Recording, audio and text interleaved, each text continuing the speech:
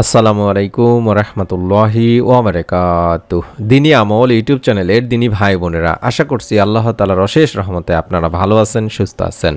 আলহামদুলিল্লাহ। আজ 14 ফেব্রুয়ারি শবে বরাত, অর্থাৎ আজকে শুক্রবার রাতই হচ্ছে শবে বরাতের রাত। এই রাতে কষ্ট করে 3বার একটি ছোট্ট দোয়া পড়ে আল্লাহ তাআলার কাছে রিজিকে বরকত চাইবেন। আল্লাহ তাআলা ইনশাআল্লাহ আপনার ধন সম্পদ বৃদ্ধি করে দেবেন, আপনার রিজিক বৃদ্ধি করে দেবেন। আশা করছি মনের মধ্যে বিশ্বাস নিয়ে আমলটি করবেন আপনারা অবশ্যই।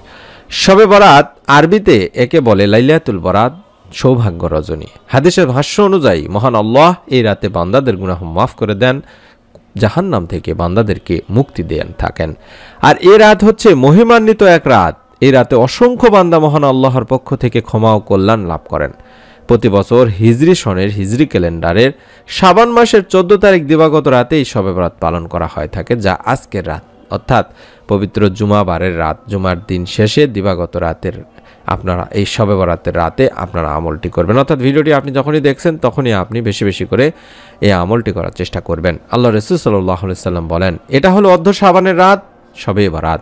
আল্লাহ তাআলা এই রাতে তার বান্দার প্রতি মনোযোগ দেন, ক্ষমা প্রার্থনাকারীদের ক্ষমা করে থাকেন, অনুগ্রহ প্রার্থীদের অনুগ্রহ করে থাকেন, আর বিদ্বেষ পোষণকারীদের ছেড়ে দেন তাদের অবস্থানে। আর এই রাতে আল্লাহ বান্দাদের জন্য সাধারণ ক্ষমার ঘোষণা করেন। মহানবী সাল্লাল্লাহু আলাইহি সাল্লাম বলেন, এই রাতে আল্লাহ তাআলা বনু কালবের ছাগলগুলোর পশমের চেয়েও বেশি সংখ্যক বান্দাকে ক্ষমা করেন। ইবনে মাজার একটি হাদিস। সবাই চায় তার জীবন কল্যাণময় হোক, রিজিক বেড়ে যাক, সহজে ধনী হয় যাক, জীবনে প্রাচুর্য আসুক। কিন্তু প্রকৃত কল্যাণময় ও প্রাচুর্যময় জীবন তারাই পায়, মহান আল্লাহ যাদের তা দান করেন। তবে এমন কিছু সহজ আমল আজকের রাতে যদি আপনারা করেন, আল্লাহ তাআলা আপনাদেরকেও ইনশাআল্লাহ প্রাচুর্যময় কল্যাণময় জীবন দান করবেন। তার মধ্যে প্রথম যে আমল সেটা হলো বেশি বেশি করে ইস্তেগফারের আমল করবেন। অর্থাৎ ইস্তেগফারের মাধ্যমে আল্লাহ তাআলা বান্দার অভাব মোচন করে থাকেন, পাপাচার ক্ষমা করে দিয়ে থাকেন। সন্তান সন্ততির অভাব যেমনি থাকে না, তেমনি রিজিকে আসে পরিপূর্ণভাবে বরকত। তাই অভাব মুক্ত থাকতে পবিত্র কোরআনুল কারিমে বেশি বেশি ইস্তেগফার পাঠের নির্দেশ দেওয়া হয়েছে, যার ফলে মহান আল্লাহ মানুষকে উত্তম রিজিক সহ অসংখ্য নিয়ামতে ধন্য করবেন বলেও জানিয়েছেন। আল্লাহ তাআলা বলেন, অতঃপর বলেছি তোমরা তোমাদের পালনকর্তার কাছে ক্ষমা প্রার্থনা করো, তিনি অত্যন্ত ক্ষমাশীল। তিনি তোমাদের জন্য অজস্র বৃষ্টিধারা ছেড়ে দেবেন, তোমাদের জন্য ধন সম্পদ ও সন্তান সন্ততি বাড়িয়ে দেবেন, তোমাদের জন্য উদ্যান স্থাপন করবেন এবং তোমাদের জন্য নদী নালা প্রবাহিত করবেন। আল্লাহ তাআলা নিজেই বলছেন। তাই আমরা এই রাতে প্রথম আমল বা প্রথম কাজ হিসেবে ইস্তেগফার অন্তত 100 বার পড়ব। যে কোনো ইস্তেগফার পড়তে পারেন, চাইলে আস্তাগফিরুল্লাহ আস্তাগফিরুল্লাহ আস্তাগফিরুল্লাহ এভাবে অন্তত কম করে হলেও 100 বার পাঠ করবেন। এবং মনে রাখবেন, জাকাত আদায়ের মাধ্যমে আল্লাহ তাআলা বান্দার অভাব দূর করেন, রিজিকে বরকত দিয়ে থাকেন। জাকাত হচ্ছে ইসলামের গুরুত্বপূর্ণ স্তম্ভ সমূহের মধ্যে অন্যতম একটি স্তম্ভ। অভাবমুক্ত সমাজ গঠনে জাকাতের বিকল্প নেই। তাই অভাবমুক্ত সমাজ গঠনের উদ্দেশ্যে যথাসময় নিজ উদ্যোগে রাষ্ট্রীয় তথা নির্ভরযোগ্য জাকাত ফান্ডে আপনার জাকাতের টাকা জমা দিতেই হবে। তিনি ভাই বোনেরা, জাকাতের অর্থ সুষম বন্টনের জন্য কারা এই অর্থ পাবে তার সুস্পষ্ট বর্ণনাও এসেছে পবিত্র কোরআনুল কারিমে। সুবহানাল্লাহ। মহান রব্বুল আলামিন আল্লাহ তাআলা নিজেই বলেন, জাকাত হলো কেবলমাত্র ফকির মিসকিন, জাকাত আদায়কারী ও যাদের চিত্ত আকর্ষণ প্রয়োজন, অর্থাৎ যারা নবমুসলিম তাদেরই হক, এবং তার দাস মুক্তির জন্য, ঋণগ্রস্তদের জন্য, আল্লাহর পথে জিহাদকারীদের জন্য এবং মুসাফিরের জন্য। এই হলো আল্লাহর নির্ধারিত বিধান। আল্লাহ সর্বজ্ঞ প্রজ্ঞাময়। এটা সূরা তাওবাতে আল্লাহ তাআলা নিজেই বলেছেন। তাই মহান আল্লাহর বিধান বাস্তবায়নে হযরত আবু বকর রাদিয়াল্লাহু তাআলা আনহু ইসলামিক অর্থনৈতিক ব্যবস্থা প্রতিষ্ঠায় জাকাত আদায়ে অস্বীকারীদের ব্যাপারে যুদ্ধ ঘোষণা করেছিলেন।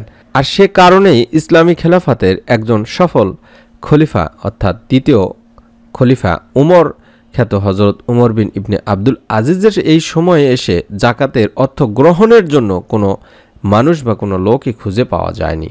অর্থাৎ সেই সময় সকলেই তাদের নির্ধারিত জাকাতের টাকা জাকাতের ফান্ডে জমা দিত এবং জাকাত নেওয়ার মতো বা অভাবী কোনো মানুষই ছিল না। তাই আমরা চেষ্টা করব অবশ্যই যে যার উপর যতটুকু জাকাত হয়েছে ততটুকু আদায় করা এবং যথাযথভাবে আদায় করা, এবং একটি ছোট্ট দোয়া অন্তত 3 বার করে পাঠ করার চেষ্টা করব 2 রাকাত করে নফল নামাজ আদায় করার পরে।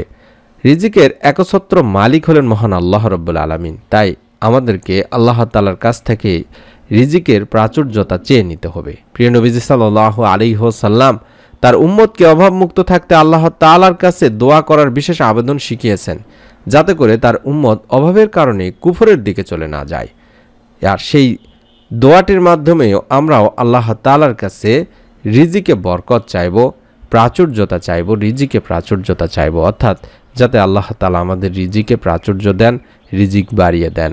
আল্লাহুম্মা ইন্নী আউযু বিকা মিনাল কুফরি ওয়াল ফাকরি, আল্লাহুম্মা ইন্নী আউযু বিকা মিন আযাবিল কাবরি, লা ইলাহা ইল্লা আনতা।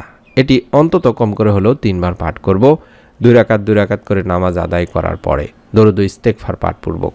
আল্লাহুম্মা ইন্নী আউযু বিকা মিনাল কুফরি ওয়াল ফাকরি, আল্লাহুম্মা ইন্নী আউযু বিকা মিন আযাবিল কাবরি, লা ইলাহা ইল্লা আনতা। এটি আবু দাউদ শরীফে রয়েছে। আর এখানে বলছি, হে আল্লাহ, আপনার নিকট কুফরি ও দরিদ্রতা হতে আশ্রয় চাচ্ছি। হে আল্লাহ, আমি কবরের আযাব থেকে আপনার কাছে আশ্রয় চাচ্ছি, আপনি ছাড়া কোনো ইলাহ নেই। আশা করছি আপনারা অবশ্যই আমলটি করবেন।